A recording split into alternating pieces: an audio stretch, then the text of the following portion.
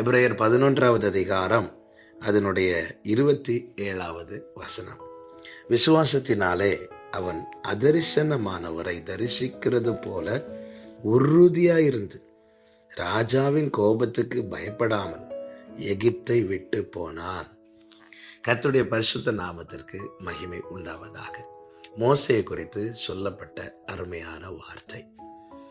மோசே பிறந்து 3 மாதத்திலே தூக்கி எறியப்பட்டவன் நைல் நதியிலே. அதன் பிறகு பார்வோனுடைய குமாரத்தின் மகனாய் வளர்க்கப்படுகிறான்.